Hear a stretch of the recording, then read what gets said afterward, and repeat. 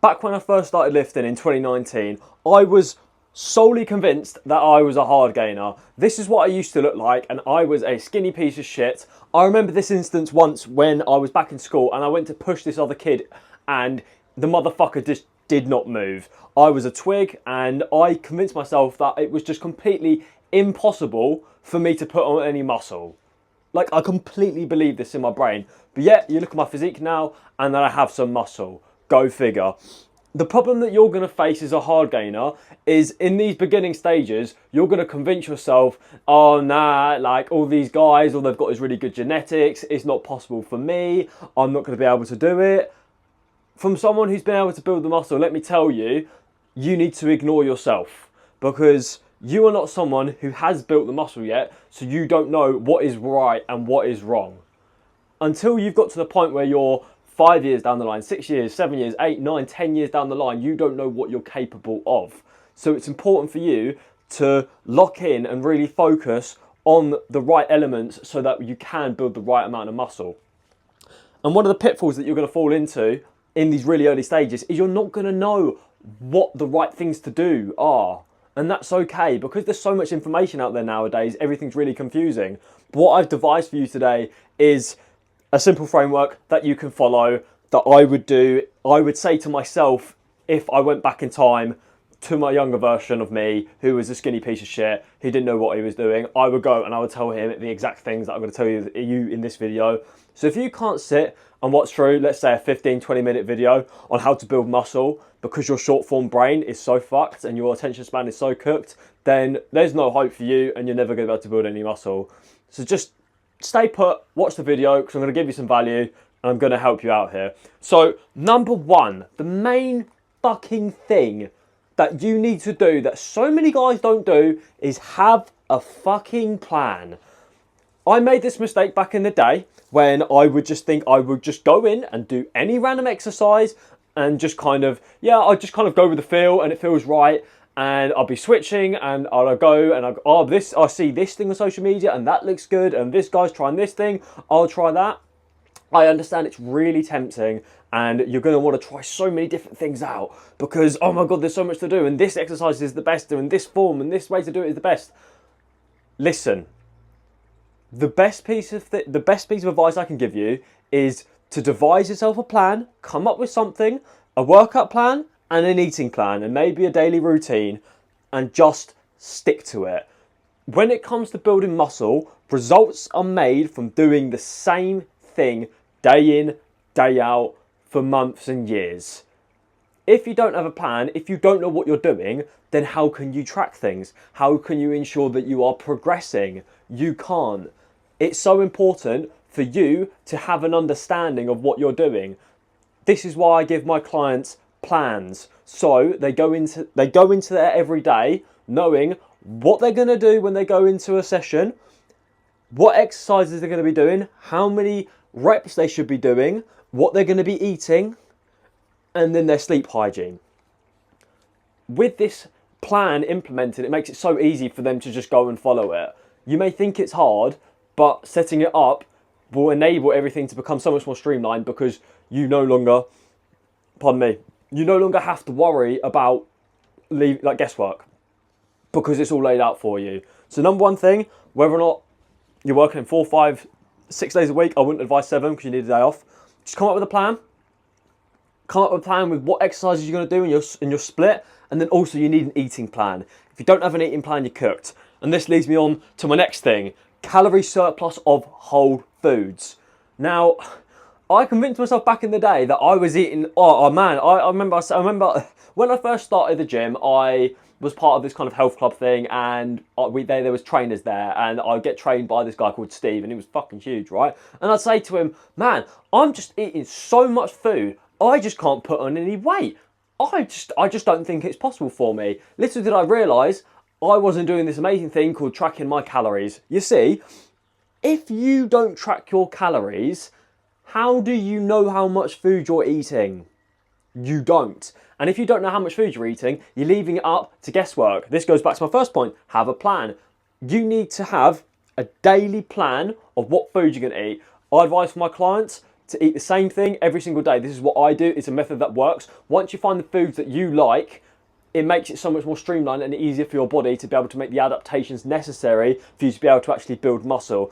If you're constantly changing, doing this, that and the other, then you end up wasting time having to make different meals in the kitchen, and then, oh, I need to get more macronutrients in, and then you're not getting micronutrients, which is really important as well. And it's fucky, and we don't want this, because there's so many nuanced elements when it comes to bodybuilding. We want to make it as streamlined as possible just so we can repeat it day in, day out. So what I would advise you to do is find meals. This might take a while. Find meals that you like the idea of, and then just have them every single day, and ensure that you're not eating shit. Every now and then you can enjoy some food that tastes good, that isn't necessarily healthy for you. I'm not against that, but generally your main meals need to be whole food. So beef, eggs, rice, fruit, veg. The basic stuff that is single food ingredients.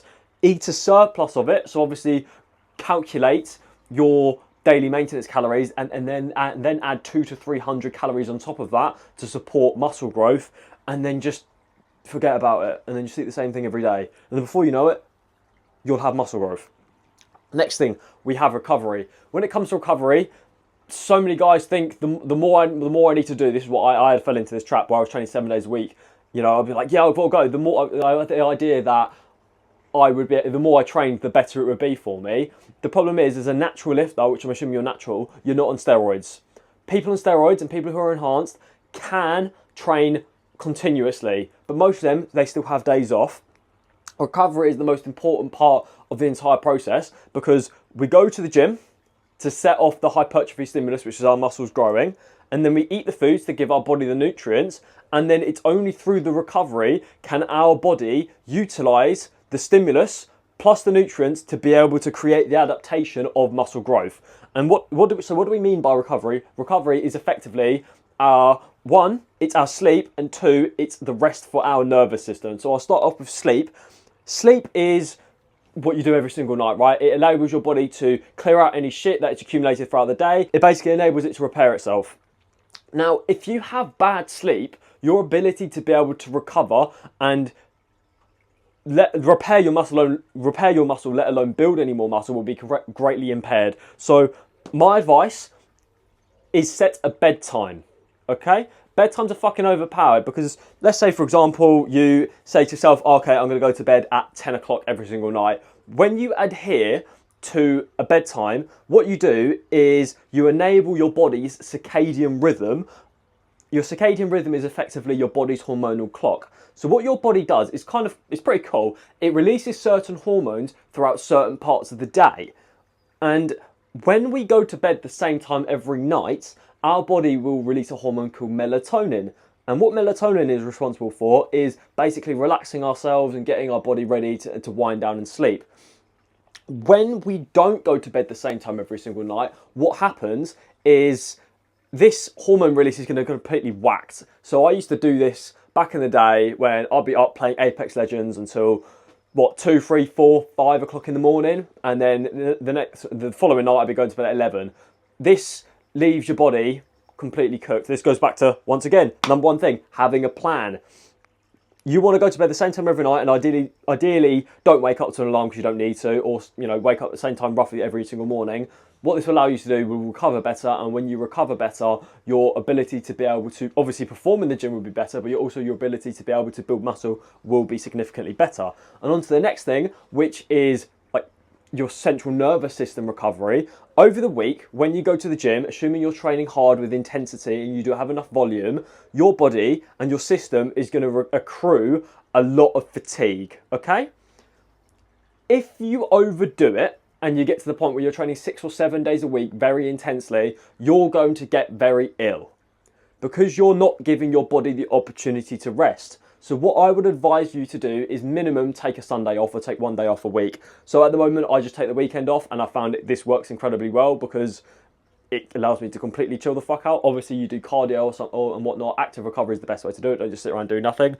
But you don't want to be overdoing it. Don't have an ego and think that, no, I can outwork my own body, because trust me, that shit will catch up to you, especially when you get onto heavier weights. So recovery is really important. Without it, you're not going to be building muscle. Number 4, next thing we have is progressive overload. Now, back, you know, we always hear about, oh, you need to progressively overload in order to build muscle. And it's like, cool, okay, I need to increase the weights linearly over time. What no one ever tells you, and what I didn't realise back when I was younger, was progressive overload is not really the goal. Progressive overload is more of a symptom of what you're doing. It's basically an indication of what you're doing right. So when you get to the point where you are stronger and you are capable of moving more weight effectively, controlled, using your muscle, it means that your training intensity, the amount of food that you've eaten, and your recovery is all on point. And that means you have you've basically earned your progressive overload. So what I would encourage you to do is not to look at progressive overload as necessarily the goal. It is and it isn't, but you should more see it as an indication that you are on the right path. If you get to the point where you are stronger, it basically means that you have successfully achieved your stimulus for hypertrophy, which basically means that your muscles are now stronger and they're bigger and they're more capable of adapting to the stress that you've placed, right? So obviously with new muscle fibers, we end up becoming more capable of moving more load. So whenever you go up in weight, see that as a sign of, cool, whatever I'm doing was correct and I should keep going forth in this direction. Once you stop progressively overloading, you need to take a look and see what you're doing and then tweak certain areas to see whether or not you're optimized properly. But yeah, see progressive overload as a sign that you're on the right tracks rather than the immediate goal, because that can lead you astray. Next thing, number 5, train like a bodybuilder. Now, back in 2020, 21, 22, there was a whole thing on TikTok, and I'm sure it's still a thing now, where like there'd be dudes deadlifting like 6-7 plates, squatting however much, benching however much. The problem is this kind of training will lead you astray. You'll see calisthenics athletes doing crazy stuff, or CrossFit people. Now, if you want to be a powerlifter, train like a powerlifter. If you want to be a calisthenics athlete, train like a calisthenics athlete. If you want to have a better physique, train like a bodybuilder. Basically what this means and what this entails is when it comes to the gym, there are so many numerous different styles of training that you have access to. And it can kind of be quite enticing to go out and try different things, but like, oh, I want to do this, I want to do that. And you hear some powerlifters and they're like, yeah, I'm jacked, or just bench, squat and deadlift and that'll be everything you need. This is a fucking lie. Don't listen to it. If you want to have a better physique, just do bodybuilding. Listen to bodybuilders. Look at Dorian Yates. Look at Arnold. Look at Chris Bumstead. Just train like a bodybuilder. Train like people whose job it is to build muscle. Stop trying to copy people who aren't experts at building muscle. A powerlifter, their job is to be able to get as much leverage on the weight that they're using so that they can move it. The job of a calisthenics athlete is to be able to move their body through time and space with ease using just their own body weight. It's having control over who they are and their body. Whereas a bodybuilder, their job is to be able to maximize the movement of each muscle. For example, I'm using my pec. I want to get as much focus on the target muscle possible so then that I can stimulate muscle hypertrophy. Naturally, the other forms of exercises will stimulate hypertrophy, but there's nothing better than a bodybuilder. So stop complicating it and just stick to this one thing. Similar to when I say have a plan. Don't deviate from the plan. Train like a bodybuilder. Next, we have intensity, volume, and frequency. So I'm going to go through all of them. Intensity is basically how hard you're training. So obviously we have a metric, which is reps in reserve. Typically to stimulate muscle hypertrophy, you want to be training as close to, if not to, failure as much as possible. Naturally, don't be doing it for every single set because you will accrue a lot of fatigue. So obviously leave 1-2 reps in reserve. Intensity is really important because if you're not using a weight, which allows you to get close to muscular failure is to the point where you can no longer move the weight with your muscle alone. It results in form breakdown. If you're not getting to this point, then you're not going to be able to stimulate hypertrophy. Training intensely, and basically just how hard you're training, is such an important factor. Next, we have volume. I know a lot of dudes like the whole fucking Mike Mensa bullshit of you only need one working set. I don't agree by this notion. I think 3 to 4 working sets, and obviously you have 1 to 2 warm-up sets before most compound movements is actually really crucial because this enables you to be able to actually get enough load onto your muscles so then there's an adequate amount of stress placed on it. Most muscles need between, I would say, between 14 to 20 working sets per week, and obviously that leads us to frequency. If you've got too much volume, frequency allows you to divide up the volume. So let's say you want to hit back, right? You've got 20 sets you want to do for your lats across the week. Well, 20 sets up for lats in one session is quite a lot. So what we do is we up the frequency of our sets and we split it amongst 2 days. So for obviously day one, we do 10 sets of lats, and day two, we do 10 sets of lats as well. Frequency allows us to divide up the volume, and then the intensity is just how hard we're training in each of the sets that we're doing. Simple. And then 7, and the last thing, is exercise form. Now, I've got a client that I train, and when we're ever doing chest flies, he likes to curl the fucking weight up. This is a massive mistake that so many guys fall into. You just want to move the fucking weight. You just want to be a strong guy.